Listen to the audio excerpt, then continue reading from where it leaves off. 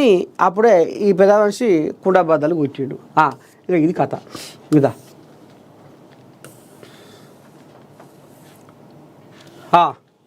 ఇది చెప్పుకోవాలి, ఇది అయవన వార్తే కదా. కాళేశ్వరం నిర్మాణం అంతా ఇంజనీర్లదే. పీసీ ఘోష్ కమిషన్ ఎదుట మాజీ సీఎం కేసీఆర్. డాక్యుమెంట్లతో బీఆర్కే భవన్ వద్దకు గులాబీ బాస్. 50 నిమిషాలు ఫేస్ టు ఫేస్ విచారించిన కమిషన్. కాళేశ్వరం ఎత్తిపోతల పథకానికి మంత్రివర్గ ఆమోదంతో పాటు 18 క్వశ్చన్స్, కమిషన్కు పలు డాక్యుమెంట్లు అందజేసిన కేసీఆర్. ఇక ఇప్పుడు పెద్ద మనిషి ఇప్పుడు కుర్చీల పడ్డ ఎలుకోలు అయ్యింది అనేది 100% నిజం. కుర్చీల పడ్డ ఎలుకోలు అయ్యింది అనేది 100% నిజం.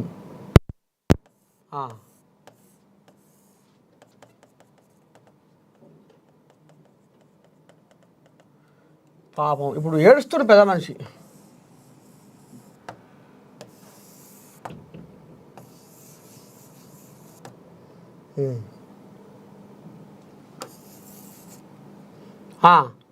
ఇక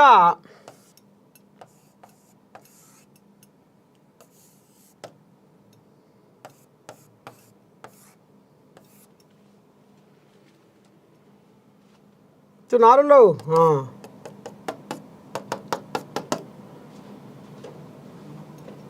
కన్ను గీడొచ్చింది.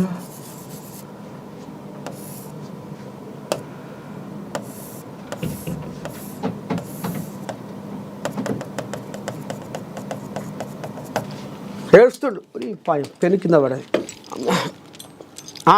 ఇప్పుడు కేసీరావయ్య ఏడుస్తుండు. కంటికి పుట్టాడు దుఃఖం తీస్తుండులా. కంటికి పుట్టాడు దుఃఖం తీస్తుండు, కాకి శోకం తీస్తుండు. ఇప్పుడు నిన్న బీఆర్కే భవన్కు వచ్చే పాయే వచ్చే అని ఉరికొచ్చాడు. ఇక కేసీరావు ఏడాదిన్నర పొద్దు నుంచి అసెంబ్లీకి డుమ్మా కొట్టిండు. ఏడాదిన్నర పొద్దు నుంచి అసెంబ్లీకి డుమ్మా కొట్టిండు. అసెంబ్లీకి అంటేనే ఆయనకు అసెంబ్లీ అంటేనే కక్కొచ్చింది, పోలే. ఇక గెలిపించిన గజ్వేల్ నియోజకవర్గ జనాలు ఇప్పటికీ వాళ్ళు ఎన్ని తీర్లనో ఆడిపోసుకుంటారు. మేము ఊరికనైనా గెలిపిస్తేవి అనీసం ముఖం ఎట్లాడితో మేము చూస్తలేము. మా బాధలు ఎవరు చెప్పుకోవాలి, మా కష్టాలు ఎవరు చెప్పుకోవాలి? మేము గెలిపించిందే పాపం అయిందా? ఎందుకు మమ్మల్ని ఇంత చిన్న చూపు చూస్తుండు, ఇంత ఊర చూపు చూస్తుండు? లేకపోతే రాజీనామా చెయ్యాలి, ఇంకెవరన్నా వచ్చి రాజ్యం వెళ్తారు, ఇంకెవరన్నా వచ్చి మాకు షెడ్డో పాటో ఆర్చుకుంటారు అనేది గజ్వేల్ నియోజకవర్గ జనాలు ఇక దుమ్మెత్తిపోస్తుర్రు. ఇంతవరకు ఇక గజ్వేల్కు మాత్రము అడుగు పెడతలేడు. మళ్ళీ తలాపుణ్యం ఉంటాడు. బాయి కానే ఉంటుండు. బాయి తలాపుణ్యం ఉంటుంది, తలాపుణ్యం ఉన్నది. కానీ అటెంకల మళ్ళీ చూస్తలేడు. గడప దాటి కాలు బయట పెట్టి గజ్వేల్ నియోజకవర్గం ఎట్లా ఉంది, ఏంది ఏం కథ అనేది మాత్రము ఆరా తీస్తలేడు, మళ్ళీ చూస్తలేడు. ఎవరికి ఏంది ఏం కథ అనేది ఏం పట్టించుకుంటలేడు. అసలు జనాల తిప్పలే మర్చిపోయిండు. జనాలకు ఇప్పుడు గజ్వేలే కాదు, ఇప్పుడు ఈయన ప్రతిపక్ష నేత కాబట్టి తెలంగాణలో ఇప్పుడు ఏం జరుగుతుంది, ఎట్లా ఏంది ఏం కథ అనేది మరి జనాల తిప్పల మీద కూడా సర్కారు నిలదీయాలి కదా. లేదు, అది కూడా ఉత్తబుర్రే. ఇక బిడ్డ కవితమ్మ తీహార్ జైల్లో ఉంటే,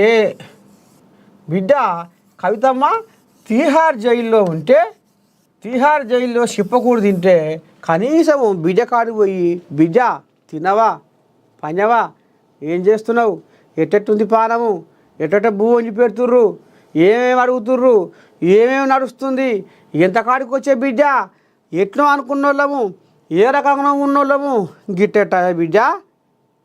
ఏం చేస్తాం బిడ్డ, వసతి తప్పినప్పుడు వసదేవుడే గాది కాలు పట్టుకుండా అనుకుందాం. మనం కూడా ఇక ఏం చేద్దాం, సరే ఇక ఏదో అయింది పోయింది అని ఒక్క మాట పన్ను మీద పన్ను పెట్టి ఒక్క మాట బిడ్డకాడు పోయి మందలేడా మాట్లాడా బిడ్డకాయి ముఖం చూపించడా బిడ్డ అనగానే కాలు ఆడకపోయి పోలే ఇక్కడ కూడా పోలేదు.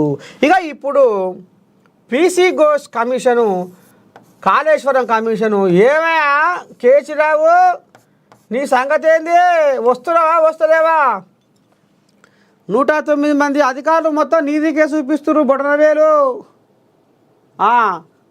మళ్ళా పోతే నువ్వు నమ్ముకున్నా నువ్వు నచ్చినా నువ్వు మెచ్చినా నీ అల్లుడు కూడా నాకేం వెరగలే ఏ పాపం తెలియదని నీ అల్లుడు కూడా కాడెత్తేసిండు. ఇక నీకు పాత శోభతి రాసుకొని పూసుకొని తిరిగిన పాత శోభదారుడు ఈటెల రాజేందర్ కూడా ఇక మరి ఆయన కూడా జబర్దారేసి కాడెత్తేసిండు. ఇక రా అనగానే ఇక గొర్ర గుంజుకొచ్చినట్టే ఇక నిన్న బీఆర్కే భవన్లో అడుగు పెట్టిండు. కాళేశ్వరం కమిషన్ ముందర 50 నిమిషాల పాటు ఇక వాళ్ళు అడుగుతా ఉంటే ఈయన చెప్పుడు, వాళ్ళు అడుగుతూ ఉంటే వీళ్ళ చెప్పుడు. ఇక ఇప్పుడు ఏమంటుంది, ఇప్పుడు ఏం పలుకు బయటకు వస్తుందయ్యా అంటే అంత ఇంజనీర్లే, అంత చేసిందంతా ఇంజనీర్లే.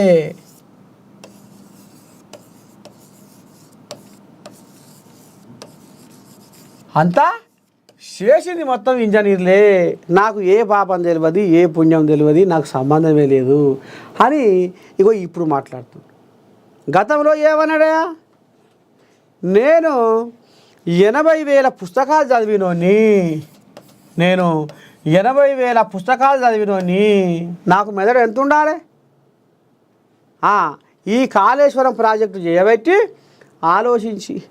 ఆలోచించి ఇది ఎట్ట కట్టాలి, ఇది ఏడ కట్టాలి, తుమ్ముడు ఏటి కాడ కట్టేదాన్ని గిటెందుకు గుంజుకు గుంజుకొస్తే మనకేం ఫాయిదా, ఇది ఏం చెయ్యాలి ఎట్ట చెయ్యాలి అని ఇక 80,000 పుస్తకాలు చదివిన కేసీరావయ్య మెదడు ఇంత ఉంటే ఇక ఇది ఈ కాళేశ్వరం ప్రాజెక్టు గురించి ఆలోచన చేసి ఆఖరికి వస్తాల గింత అయిందట. ఆయనే చెప్పిండు, నా మెదడు మొత్తం కరిగించి, నా మెదడు మొత్తం తోసి పోకుండా కరిగించి నేను కాళేశ్వరం ప్రాజెక్టు కట్టినా, నేనే ఇంజనీర్ని, నేనే డిజైనర్ను,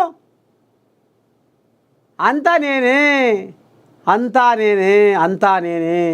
అని అప్పుడు బొబ్బలు పెట్టిండు. ఎప్పుడు ఈయన చేతుల పగ్గాలు ఉన్నప్పుడు, ఈయన పెత్తానంలో ఉన్నప్పుడు అప్పుడు బొబ్బలు పెట్టిండు. ఏం ఇది ఇంజనీర్ని నేనే, డిజైనర్ను నేనే, కాళేశ్వరం రీడిజైనర్ను నేనే, ఏందనుకుంటారు నేను 80,000 పుస్తకాలు చదివినోని, ఇంతలా ఉన్న కిలో ఉన్న మెదడుని నేను పావు కిలో చేసుకున్నా, ఆలోచన చేసి కరిగించి నేను ఆలోచన చేస్తూ ఉంటే నా మెదడు మొత్తం కరిగిపోయింది. ఒక రకంగా నేను కాళేశ్వరం ప్రాజెక్టు కడితే అది కూడా కరిగిపోయే కాడికి వచ్చింది కథ. ఇక ఇప్పుడేమంటుండే అయ్యా అంటే అంతా ఇంజనీర్లే చేసిర్రు. మరి గతంలో ఏమన్నావా మాట, అది తాటిమట్ట, నాలుక తాటిమట్ట, అది నాలుగు ఇటు అటు ఏ రకంగా ఎట్లా మళ్ళబడుతుంది, ఎట్లా మళ్ళేస్తావు, అసలు ఏంది. గతంలో ఏమో అంత నేనే అంటివి, ఇప్పుడు ఏమో అంత ఇంజనీర్లదే, నాకేం ఎరక అంత ఇంజనీర్లదే అని మళ్ళీ ఇప్పుడు కాడెత్తేస్తుంది. ఏమన్నా అందం ఉందా? నిన్నమన్నా హరీష్ రావు పోయినప్పుడు అదే మాట అన్నాడు, ఈటెల రాజేందర్ పోయినప్పుడు అదే మాట అన్నాడు. అంటే ఇక మరి ఇప్పుడు మీరు చెప్పుర్రు, ఇక కాళేశ్వరం కమిషను నోటీసులు ఇస్తుంది అన్నప్పుడు ఈటెల రాజయ్య హరీష్ రావు షామీర్పేట కాడ కలుసుకున్నారు అని సోషల్ మీడియా కోడై కూసింది. ఇప్పుడు నిజం కాదా?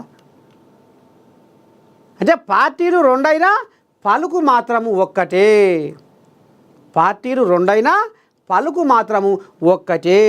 మనం ఆనాడు రాసుకొని పూసుకొని తిరిగినాం కాబట్టి పుసుక్కున నువ్వొక మాట నేనొక మాట అంటే మన పరువు, మన పచార, మన పలుకుబడి గంగల కలిసినట్టే. అందుకనే ఈ పంచాయతీ పాడైపోను, ఈ పంచాయతీ పక్కకు పెడదాము.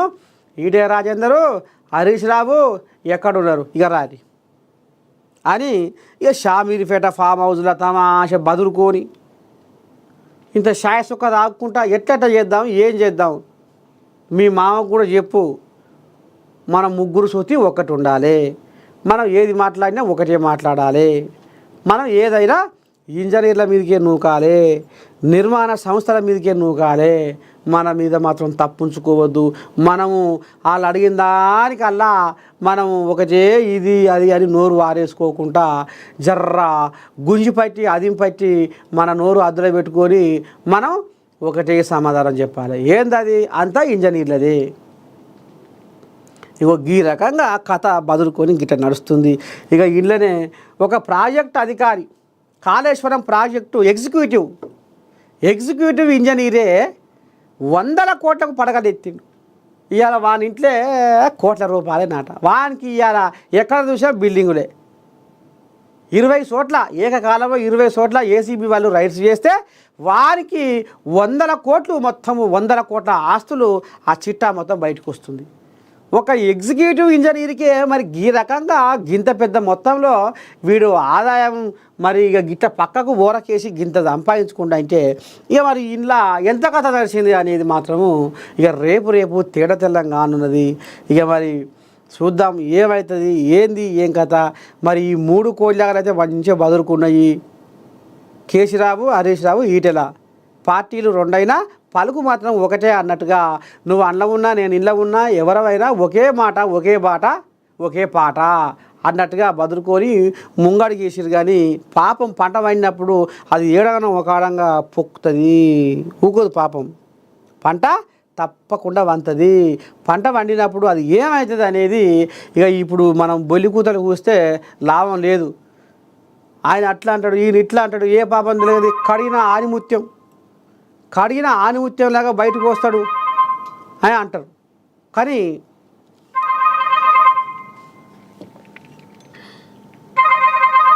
ఏందే సప్పుడు చెప్పాలి.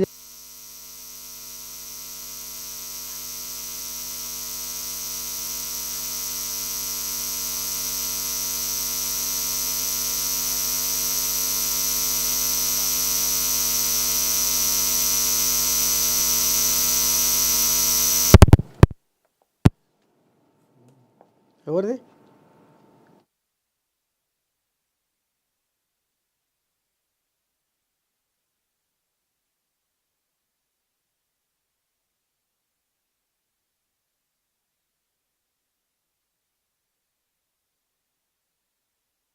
కాళేశ్వర నిర్మాణం అంతా ఇంజనీర్లదే అని కథం ఓడిపించుకున్నా.